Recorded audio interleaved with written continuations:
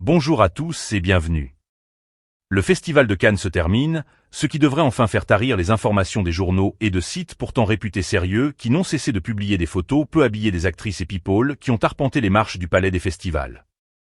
Car il faut bien reconnaître que les articles portant sur l'objet du festival, à savoir les films, ont été rares, à tel point que j'ignore quels sont les films en compétition. J'ai déjà consacré une vidéo sur la perte de sens de ce festival qui illustre parfaitement la décadence de la société actuelle, qui glisse sur une pente semblant ne pas avoir de fin.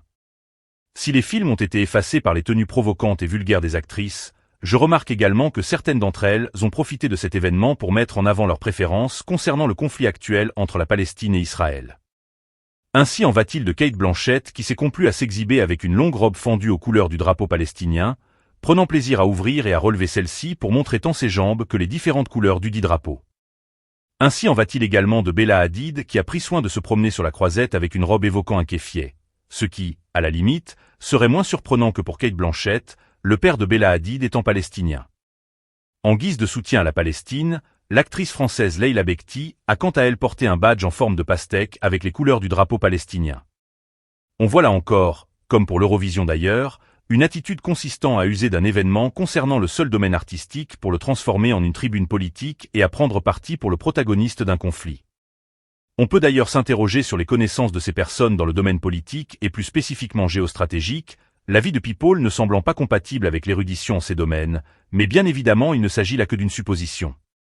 Je note qu'Israël, qui a été victime de l'attaque monstrueuse du 7 octobre, ne semble avoir été défendu par personne lors de ce festival, si ce n'est par Laura Blajman-Kadar, survivante de l'attaque terroriste du 7 octobre en Israël et qui a été invitée par le festival, il faut le signaler. Elle a porté une robe jaune en soutien aux otages, sur laquelle étaient cousus des portraits de personnes disparues, et elle portait également une écharpe avec l'inscription « Bring them home », ce que l'on peut traduire par « Ramenez-les à la maison ». Il serait heureux que les artistes se consacrent sur leur art et ne tentent pas d'orienter politiquement les spectateurs. Le Festival de Cannes devrait être une célébration du cinéma, un lieu où les films et les talents derrière eux sont mis en lumière. L'intrusion de messages politiques détourne l'attention de la raison d'être de cet événement. Il est essentiel de préserver l'intégrité artistique et de permettre aux spectateurs de se faire leur propre opinion, sans être influencés par les préférences politiques des célébrités. Si vous avez des commentaires, des questions ou si vous souhaitez partager vos réflexions, n'hésitez pas à le faire dans la section commentaires ci-dessous.